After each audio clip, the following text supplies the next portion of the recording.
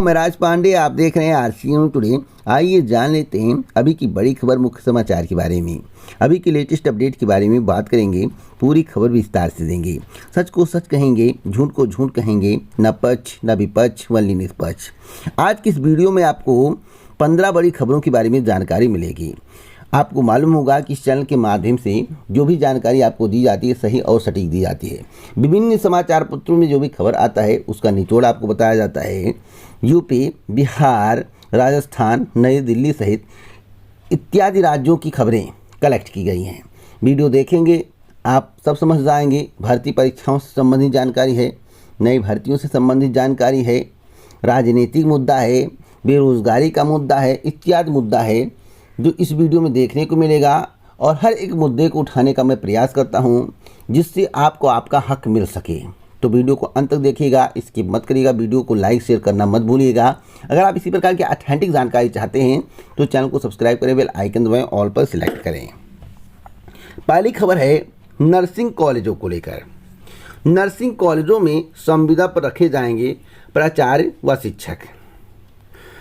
चिकित्सा शिक्षा विभाग ने प्रदेश के मेडिकल कॉलेज के तहत संचालित कॉलेज ऑफ नर्सिंग के सुचारू संचालन की पहल शुरू कर दी है। इन कॉलेजों में शिक्षकों के रिक्त पदों को संविदा के आधार पर भरे जाने के निर्देश जारी किए गए हैं। यह भर्तियां लोक सेवा आयोग के जरिए होने वाली नियमित नियुक्तियों होने तक रहेंगी।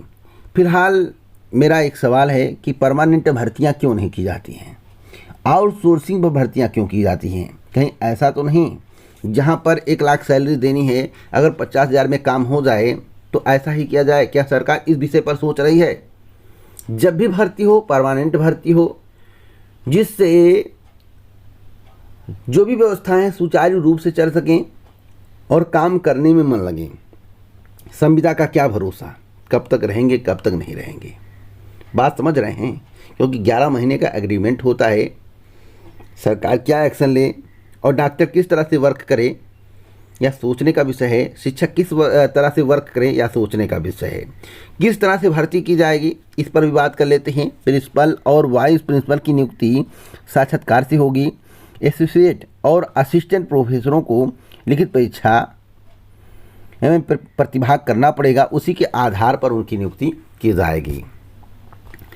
अगली अपडेट है बैंकों में भर्ती को लेकर। देखिए, बैंकों में होने वाली भर्ती की प्रक्रिया सरल हो, ऐसी मांग की गई है। आपको बता दें कि बैंकों में होने वाली भर्ती प्रक्रिया को सरल बनाया जाए। साथ ही लिपिक संवर्ग की भर्ती की न्यूनतम आयु 18 वर्ष एवं शैक्षिक योग्यता इंटरमीडिएट की जाए। ये मांगे भारतीय मजदूर संघ की औद्योगिक इकाई national organisation of bank workers के महाधिवेशन में उठी है। फिलहाल इस पर कितना पहल होगा, सरकार इस विषय पर कितनी बार सोचेगी और कब निर्णय लेगी, यह वक्त बताएगा। लेकिन मैं आपको बता दूं, अगर ऐसा हो जाता है तो युवाओं के लिए एक उम्मीद की किरण है जो इंटर पास हैं। बातों को समझ रहे हैं? नौकरी के द्वार खुलने चाहिए और योग्यता में परिवर्तन होना चाहिए, क्योंकि समूह गा की भर्तियों में ज़्यादातर इंटर ही मांगा जाता है। अगली अपडेट है अस्पतालों में होने वाली भर्ती को लेकर। अस्पतालों में रिक्त पदों पर भर्तियां जल्द कब तक होंगी, इस पर भी एक सवाल खड़ा हो रहा है। सभी सवाल पूछ रहे हैं कब तक होगी। समाचार पत्रों में भर्तियां लगातार आती रहती हैं। प्रदेश में बेहतर चिकित्सा सुविधा के लिए प्रतिबद्ध सीएम योगी आदित्यनाथ ने अस्पतालों और मेडिकल कॉलेजों में सुविधाओं के विस्तार के निर्देश दिए हैं। जिन अस्पतालों में मानव संसाधन की कमी है वहाँ जल्द से जल्द सभी रिक्त पदों को भरने की कार्रवाई शुरू कर दी गई है। मैं आपको बताना चाहता हूं, नए एम्बुलेंस खरीदे जाएंगे और जो भर्तियां होंगी आउटसोर्सिंग के माध्यम से होंगी। आपके जहन में सवाल है कितने महीने के लिए होंगी, तो 11 महीने के लिए होता है, आपको मालूम होगा। उसके बाद रिन्यूअल कराना पड़ता है। अगर सरकार को कुछ कमी आपके अंदर लगती है, अधिकारी को कुछ कमी आपके अंदर लगती है, तो आपको बाहर भी कर सकते हैं। मैं तो सरकार से रिक्वेस्ट करूंगा जो भी रिक्त पद हैं उन्हें परमानेंट भरा जाए, ना कि संविदा पर, क्योंकि संविदा पर कर्मचारियों का शोषण होता है और कितना शोषण होता है कर्मचारी खुद जानते हैं। लेकिन परमानेंट होने पर इस तरह की स्थिति देखने को नहीं मिलती है। अगली खबर कि भाजपा ने लोक कल्याण संकल्प पत्र में अनुदान राशि बढ़ाने का किया था वादा। कितना बढ़ेगा तो मैं आपको बता दूं, श्रमिकों की जो बेटियां होंगी उनकी शादी में 1 लाख रुपया देने पर चर्चा है। मैं आपको बता दूं कि 55,000 रुपये अनुदान मिलते हैं। एकल विवाह के लिए 5,000 रुपये मिलते हैं। सामूहिक विवाह के लिए सरकार इस पर जल्द ही मंथन करेगी। और मैं आपको बताना चाहता हूं, कार्य शुरू कर दिया गया है। अब श्रमिकों को बेटी की शादी पर 1 लाख रुपये दिया जाएगा। अभी निर्णय नहीं हुआ है, लेकिन उम्मीद है कि 100 दिन के अंदर निर्णय हो जाएगा। एक और महत्वपूर्ण जानकारी दे दूं, होमगार्ड की भर्ती को लेकर। होमगार्ड में 20% पदों पर महिलाओं की भर्ती होगी। 90,000 होमगार्ड काम कर रहे हैं यूपी में। 100 दिन में भर्ती प्रक्रिया के प्रस्ताव के निर्देश। तो भर्ती कब आएगी, आपके जहन में सवाल है, और भर्ती कब तक कंप्लीट होगी, यह भी आपके जहन में सवाल है। तो मैं आपको बता दूं कि सितंबर से लेकर नवंबर के बीच में भर्ती आने की उम्मीद है, और यह भर्ती कंप्लीट होगी 2023 में। बातों को समझ गए होंगे, ज़्यादा बताने की आवश्यकता नहीं है। वर्तमान में लगभग 30,000 पद खाली हैं। इन्हीं पदों को भरने की बात चल रही है। अगली अपडेट है, बीएड संयुक्त प्रवेश परीक्षा के लिए 18 अप्रैल से होंगे आवेदन। तो काम चल रहा है, आप लोग तैयार रहिए अगर आपको बीएड में एडमिशन चाहिए। अगली अपडेट है कि बहाली की खामियों पर अब उठाया सवाल। कहाँ की खबर है, तो मैं आपको बता दूं बिहार की खबर है। बिहार में सचिवालय सहायक सहित अन्य कई स्नातक स्तरीय पदों हेतु बिहार कर्मचारी चयन आयोग ने 8 साल बाद विज्ञापन निकाला, लेकिन इस विज्ञापन में कुछ खामियों के कारण छात्र छात्राएं काफ़ी परेशान हैं। राष्ट्रीय छात्र एकता मंच के अध्यक्ष छात्र नेता दिलीप कुमार ने कहा कि एक तो 8 साल बाद स्नातक स्तरीय पदों हेतु BSSC ने विज्ञापन निकाला है, और इसमें भी गलती करके छात्रों को परेशान किया जा रहा है। न्यूनतम उम्र सीमा की गणना 1 अगस्त 2021 से की जा रही है, जिसके कारण हजारों स्टूडेंट फॉर्म भरने से वंचित रह जा रहे हैं। विज्ञापन 6 अप्रैल 2022 को आया है। न्यूनतम उम्र सीमा की गणना 1 जनवरी 2022 से होनी चाहिए। अब इस पर जो है कर्मचारी चयन आयोग को विचार करना चाहिए। अभी तो विचार हुआ नहीं, उम्मीद है कुछ न कुछ निर्णय लिया जाएगा। अगली खबर कोरोना की महामारी को लेकर है। फिर बढ़ने लगे देश में कोरोना के केस। आपको मालूम होगा कि अप्रैल से मई के बीच में केसों की संख्या में वृद्धि होती है, और जैसे जैसे ठंडक आता है, महीना बीतता जाता है, वैसे वैसे केस कम होते हैं। इस पर भी वैज्ञानिकों को विचार विमर्श करना चाहिए। आखिरकार ऐसा क्यों होता है कि अप्रैल से ही स्टार्टिंग होती है, मार्च से स्टार्टिंग होती है, गर्मी में स्टार्टिंग होती है। अगर इस पर वैज्ञानिक विचार विमर्श करें तो इससे भी निजात पाया जा सकता है। देश में कोरोना संक्रमण के सक्रिय मामलों में लगातार दूसरे दिन वृद्धि हुई है। हेल्थ मिनिस्ट्री के अनुसार बीते 24 घंटे में कोरोना संक्रमण के 949 नए केस मिले हैं। शुक्रवार को एक्टिव केस 124 बढ़े हैं, और अब इनकी संख्या 11,191 हो गई है। तो इससे छुटकारा पाने के लिए सरकार को प्रबंध करना चाहिए, और जितने भी लोग बाहर निकल रहे हैं सोशल डिस्टेंसिंग का पालन करते हुए अपने आप को सुरक्षित रखना चाहिए। उज्ज्वला योजना को लेकर है, मैं आपको बता दूं बहुत ही अच्छी खबर है। उज्ज्वला योजना में दोबारा रसोई गैस भरवाने वाले घटे। ऐसा क्यों, मैं आपको बता दूं कि 8.8 करोड़ कनेक्शन जारी किए गए हैं। लगातार दामों में वृद्धि के कारण गरीब जनता गैस नहीं भरवा पा रही है। उज्ज्वला किसे मिला था, गरीबों को। लेकिन जब 1,050 रुपये गैस का दाम हो तो कैसे भरवाएंगे। हमने अभी एक लोगों से बात किया, उन्होंने कहा भैया लकड़ी पर खाना बना लेंगे, पेड़ से तोड़ लाएंगे, लेकिन भैया गैस नहीं भरवा पाएंगे। हमने कहा कि मोदी जी ने इतना काम किया, वर्क किया, आप लोगों के लिए गैस दिया, तो उन्होंने कहा कि मोदी जी से एक बार कह दीजिए कि मोदी जी गैस के दाम घटा दें। तो हमने कहा कि ऐसे कैसे हो सकता है, मैं कैसे कह सकता हूँ, मैं तो केवल अपनी बातों के ज़रिए उनके तक पहुँचा सकता हूँ। अगर मेरी बातें सुन लेंगे तो अच्छी बात, नहीं सुनेंगे कोई बात नहीं है, क्योंकि मैं इतना बड़ा नहीं हूँ ना, इतना बड़ा चैनल वाला हूँ। उन्होंने कहा कि बड़े चैनल वाले तो बोलेंगे नहीं, आप तो कुछ बोल भी दे रहे हैं। मैं आपको बता दूं कि उज्ज्वला गैस भराने वालों की संख्या इसलिए घटी है क्योंकि महंगाई चरम पर है। खाना खाएगा या भराएगा, और जो फ्री राशन दिया जा रहा है इससे भी लोग अब खुश नहीं हैं। लोग कह रहे हैं कि एक तरफ से दिया जा रहा है, दूसरी तरफ से चौगुना लिया जा रहा है। खाद्य पदार्थों के दाम, गैस के दाम, पेट्रोल के दाम, डीजल के दाम सब कुछ बढ़ रहे हैं, दवाइयों के दाम। तो सरकार आम जनता के लिए क्या कर रही है, लोग सवाल पूछ रहे हैं। और जो डाटा इसमें दिया गया है, कितनी गिरावट आई है आप देख सकते हैं, मुझे बताने की आवश्यकता नहीं है। अगली अपडेट है, डॉक्टरों के पद खाली, लौट रहे हैं मरीज। मैं आपको बता दूं, केल्विन, डफरिन और वैली अस्पतालों में 50% डॉक्टरों के पद खाली पड़े हैं। रोजाना 3000 की ओपीडी। इन पदों को कब भरा जाएगा, इस पर जो है मोदी जी ने एक महत्वपूर्ण बात कही है। मैं आपको बताना चाहता हूं, आप मेरे साथ बने रहिए, मैं आपको जानकारी दूंगा। वैसे राजधानी में कोरोना की स्थिति बहुत ही अच्छी नहीं है। राजधानी में फिर लौटेंगे मास्क के दिन। अगर ऐसा होता है तो यह चिंताजनक होगा। एक बड़ी खबर है आरआरबी को लेकर। एनटीपीसी के सीबीटी 2 का 10 दिन पहले मालूम होगा परीक्षा केंद्र।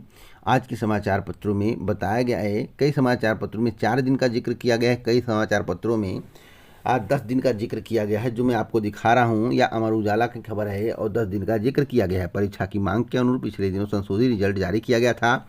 उनकी मांग के अनुरूप सीबीटी 1 के प्रदर्शन के आधार पर 20 गुना यूनिक उम्मीदवार शॉर्टलिस्ट किए गए हैं। अब सीबीटी 2 की परीक्षा 9 एवं 10 मई को होनी है। इसकी तैयारियां तकरीबन पूरी हो गई हैं। देखिए, यहाँ पर मोदी जी ने बताया है डॉक्टरों को लेकर, अगले 10 वर्ष में देश को रिकॉर्ड संख्या में मिलेंगे डॉक्टर, ऐसा मोदी जी का कहना है। प्रधानमंत्री ने कहा, सरकार का लक्ष्य मेडिकल शिक्षा को सबकी पहुंच में लाने का है। मैं तो कह रहा हूं कि 10 साल का जिक्र क्यों किया जा रहा है। मतलब कि 24 का चुनाव हो जाए, उसके बाद 29 का चुनाव हो जाए, उसके बाद डॉक्टरों के पद बढ़ेंगे। जो रिक्त पद है पहले उन्हें भरा जाना चाहिए। हम सपना देखेंगे, सपना पूरा होगा या नहीं होगा यह अलग बात है, लेकिन तत्काल में जो व्यवस्थाएं हो सकती हैं, जब तत्काल में जो रिक्त पद हैं और जितने भी लोग एमबीबीएस करके बैठे हुए हैं उनको रोजगार मिलना चाहिए, उनको नौकरी मिलनी चाहिए और अस्पताल में जो रिक्त पद हैं उसे भरा जाना चाहिए। क्या मोदी जी इसके बारे में कहेंगे कि हम 1 साल के अंदर रिक्त पदों को भरेंगे? अगर ऐसा कहते हैं तब ये आम जनता को उम्मीद होती है। अगर ऐसा नहीं कहेंगे तो कोई उम्मीद है 10 वर्ष में क्या होगा, हम रहें या ना रहें। 2 बार चुनाव हो जाए, 24 का हो जाए, 29 का हो जाए, उसके बाद पद भरे जाएं। मैं इस पर ज़्यादा गौर नहीं करता, ना विश्वास करता हूँ। मेरी मत है, आपका मत कुछ अलग हो सकता है। अगली अपडेट है, आधार में एक बार बदलेगी जन्मतिथि। एक नज़र में आधार कार्ड कार्य एवं शुल्क। मोबाइल अपडेट के लिए 50 रुपये लगते हैं। नया आधार कार्ड के लिए निःशुल्क। पता में परिवर्तन के 50 रुपये। फोटो में बदलाव के लिए 100 रुपये। ई प्रिंट के लिए 30 रुपये। अगली अपडेट है कि 2 करोड़ विद्यार्थियों को मिलेंगे टैबलेट, स्मार्टफोन। 5000 करोड़ रुपये हर साल होंगे खर्च। हर साल 40 से 50 लाख विद्यार्थियों को स्मार्टफोन, टैबलेट देने का लक्ष्य है, लाभान्वित किया जाएगा। तो आप लोग बताइएगा कि क्या सरकार इस कदम में सफल हो पाएगी? क्या 40 से 50 लाख विद्यार्थियों को टैबलेट, स्मार्टफोन मिल सकता है? आप लोग अपनी राय कमेंट बॉक्स में जरूर दें, क्योंकि आपकी राय हमारे लिए अति महत्वपूर्ण है। एक और महत्वपूर्ण जानकारी है 10,000 सरकारी नौकरी को लेकर। 100 दिन में 10,000 सरकारी नौकरी व 50,000 रोजगार देने का लक्ष्य है। पहले समाचार पत्रों में आता था कि 50,000 सरकारी नौकरी मिलेगी। मुझे याद है चुनाव के पहले आप लोग समाचार पत्र को पढ़ते होंगे और आपको मालूम होगा, मैं भी आपको बताता रहता हूँ। 2 करोड़ रोजगार अगले 5 साल में देने का योगी सरकार का लक्ष्य है। सरकारी नौकरी कितनी दी जाएगी इस पर कोई बात नहीं की गई है। 10,000 अगर हर बार से नौकरी दिया जाए तो 5 साल में कितना हुआ? 5 साल में 50,000 हुआ। अब सवाल है, क्या पिछली बार यानी कि 2017 से 2022 के कार्यकाल में सरकार ने 5 लाख नौकरियां दी हैं? क्या जो 10,000 नौकरियों की बात की जा रही है, या पुरानी भर्ती या नई भर्ती? तो मैं आपको बता दूं, या पुरानी भर्ती है। पुरानी भर्ती को कंप्लीट करके 100 दिन में उसे कंप्लीट किया जाएगा, वही 10,000 माना जाएगा। और मैं आपको बता दूं एक और महत्वपूर्ण जानकारी, आज के समाचार पत्र में बताया गया है कि गौरतलब है कि पिछले कार्यकाल में योगी सरकार 2.5 करोड़ रोजगार और 5 लाख सरकारी नौकरियां युवाओं को दे चुकी है। यह पूर्णतः गलत है। 5 लाख इसलिए गलत है क्योंकि यूपी SSSC में 20 भर्तियां लंबित हैं और जो रिकॉर्ड पिछली बार दिया गया था इन्हीं भर्तियों को जोड़ कर दिया गया था, तब भी 5 लाख नहीं पूरे हो रहे थे। तो सरकार डाटा सार्वजनिक करे कि किस किस क्षेत्र में कितने रोजगार और सरकारी विभाग में कितनी नौकरियां दी गई, तब तो दूध का दूध और पानी का पानी होगा, नहीं तो ऐसे कहने से कुछ नहीं होने वाला है। अगली अपडेट है, मुख्यमंत्री योगी से मांगी चयन बोर्ड में सदस्यों की नियुक्ति और नई भर्ती। कार्यकाल पूरा कर 8 अप्रैल को सेवानिवृत्त हो गए सभी सदस्य। तो कब तक होगा सदस्यों का चयन, यह तो वक्त बताएगा। अगर चयन में सरकार बसती है तो भर्ती विज्ञापन में विलंब होगा। तो उम्मीद है कि चयन प्रक्रिया शुरू होगी, उसके बाद ही विज्ञापन आएगा, कितने विज्ञापन की मांग की गई है, तो इस पर भी बात करेंगे। कितनी भर्तियां टीजीटी पीजीटी की आ सकती हैं, वीडियो को पूरा देखते रहिएगा। एक और महत्वपूर्ण जानकारी दे दूं, योगी सरकार ने मंजूरी दी 5 की स्कूलों ने फीस बढ़ाई। मैं आपको बताना चाहता हूं, फीस 15% बढ़ाई गई है।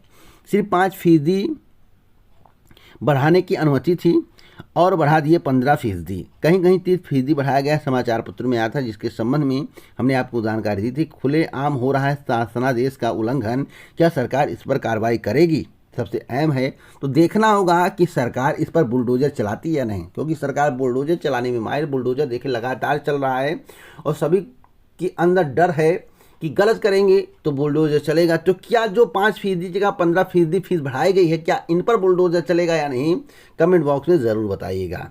अगली अपडेट है टीजीटी पीजीटी के 27,000 पदों पर भर्ती विज्ञापन को लेकर। टीजीटी पीजीटी के 27,000 पदों पर भर्ती का विज्ञापन जारी करने की मांग चल रही है। युवा मंच ने मुख्यमंत्री को पत्र लिखकर तत्काल चयन बोर्ड सदस्यों की नियुक्ति की उठाई मांग। सवाल है, क्या 5,000 पदों पर शिक्षक भर्ती होगी, टीजीटी पीजीटी भर्ती होगी? तो मैं आपको बता दूं, 5,000 पदों पर ही भर्ती होगी, ना कि 27,000 पदों पर भर्ती होगी। हाँ, 50% किया जा सकता है, लेकिन अगर आप सोच रहे हैं कि 27,000 पदों पर भर्ती का विज्ञापन जारी होगा, या पूर्णतः गलत है, आज लिख कर ले लो। मांग करना आपका कर्तव्य है, पद खाली है तो आप मांग करेंगे, लेकिन 50% पदों पर भर्ती हो जाए तो बहुत बड़ी बात है। तो इसी प्रकार के ऑथेंटिक जानकारी के लिए चैनल को सब्सक्राइब करें, बेल आइकन दबाएं, ऑल पर सेलेक्ट करें, वीडियो को लाइक शेयर करना मत भूलें। जय हिंद, जय भारत, नमस्कार।